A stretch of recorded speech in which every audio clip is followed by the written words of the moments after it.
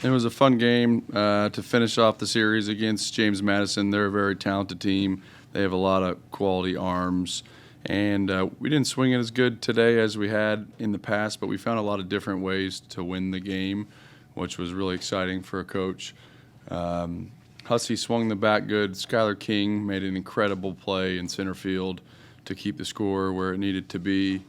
We had a pick vault at second base that we executed to perfection to pick somebody off second base, and obviously the winning run was scored by Sam White, who stole home with bases loaded and 2 outs, which was an exciting play. But we've really found a lot of different ways to win the game other than just slugging like we had for most of the year. So I was encouraged by that. The importance of that for your team. Teams get an identity, kind of, there's a way that they in playing to go against form and to win a game like that. Benefits down the road? Yeah, it's huge. It's just that mentality of if things are going good, bad, and different, you find a way to win, and we're capable of doing that because we're going to play hard and we're going to play competitively, even if I think today I didn't think the hitters were in a great spot, but it wasn't for lack of care or effort. Just that's the game of baseball. When you play 56 games over the course of the regular season, there's days where you're not seeing the ball as well. And so for the most part, I felt like our offense wasn't seeing the ball as well. And credit to James Madison. They had guys rolling out there throwing 93 to 96 with some power stuff. So they did a nice job, and our pitchers were excellent. They gave up 1 run, 6 hits. Hagan threw his longest outing of his career. He's a freshman that went 5 innings, 2 hits, 0 walks. Reese Bassinger went 2.1 innings with 0 walks, and Jet Carsonas went 1.2 innings with 0 walks. We punched him out 10 times and gave up a run today, and that was a solo homer. So those 3 guys were excellent with no free passes the entire day. In a 2-run ball game, that's how you win tight games. You handle the ball, you don't make errors. I think we had made really one major mistake tonight, and that was popping up the bunt with man on first and second, no outs. So when you play against elite competition, sometimes that can bite you in the ass, but it didn't for us tonight. Coach, how valuable is it to have someone like Gavin Kelly on the team where you can kind of switch him and Logan Sabe out of that catch role, maybe even Sam White from time to time? Amazing utility player. Sam White's kind of the original OG Swiss Army knife for us. He's caught third base, left field. Now he's our all-time second baseman. Gavin Kelly's very similar skill set, playing the outfield and catching and DHing. Logan's actually been had a little bit of a nagging lower body injury. Nothing serious, nothing stopping him from playing, but the luxury is to be able to give Logan 2 days off of catching where you're squatting 250 times a game. It beats up your body pretty good. So to give him a little bit of rest and put him in a DH role before the weekend series is super valuable. Coach, you talked yesterday about you don't like to let the pitchers go 2 different times down the line. What gave David Hagan the green light tonight to go 5 innings? He was cruising. He was throwing strikes with 4 different pitches. He was competitive. He held his velo, and we thought that today against this team, with how the wind was blowing, if we had a strike thrower that was commanding the ball, we'd be in a good position.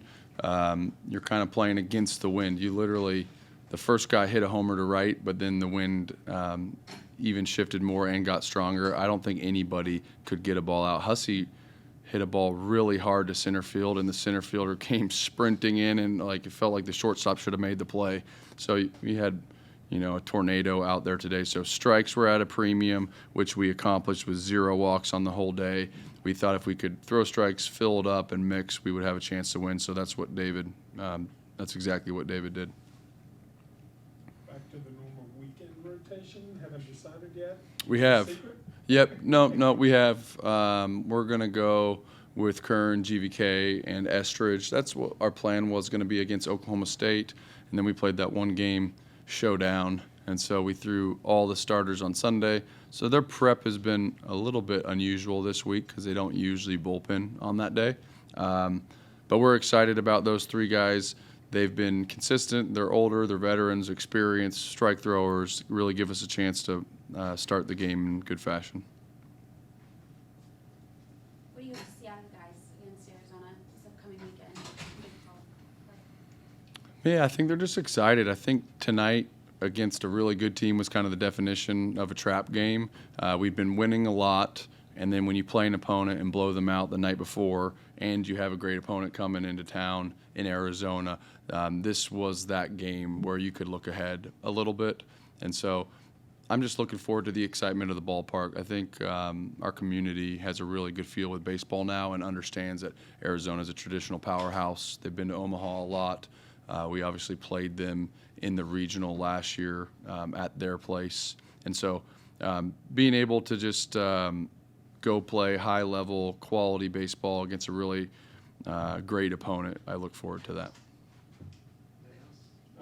Did you actually call for Jack one batter early, or was that just a miscommunication? He just wanted to get to the mound? Yeah, no, it's a good question. I told our pitching coach that I was going to go to Cartsonis, and then as I was walking to the mound, there was a man on first and the leadoff hitter up, Stedman, I believe, who's a left-handed hitter and has really good bunt skill.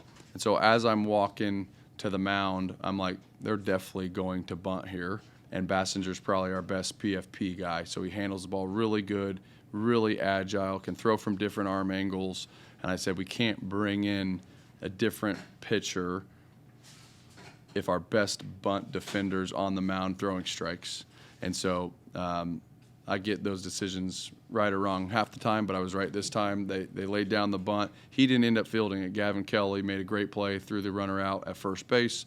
Man on second base, we're able to go to Jack, and then Jack closed the door. He was excellent today. He was cruising 94, 96, all strikes. He was really, really good. Coach, what was that thought process when Sam White stole home? Is that a designed play? Yep. Our staff does such a good job with scouting reports and watching guys, and so you're trying to find every tendency possible with everybody. So how many times they look to second base before they pitch, how long it takes for them to deliver a pitch, all those kind of things. So he was a left-handed pitcher on the mound, and he would normally come set, look at first base, take a deep breath, then deliver the ball. So he was somewhere between 3 to 5 seconds after coming set.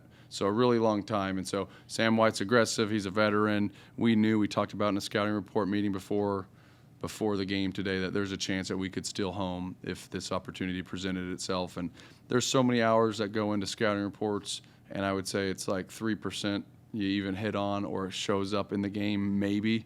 And so for that moment to show up and for him to be the guy to score the winning run was really cool for our staff and really cool for Sam White. And then it creates a ton of buy-in from the players. So when you're running your gums for 30 minutes before every game about every pitch and every situation, they're not necessarily tuned out because they saw firsthand that won us a game tonight. Good. Thanks. Yep. Thanks, guys.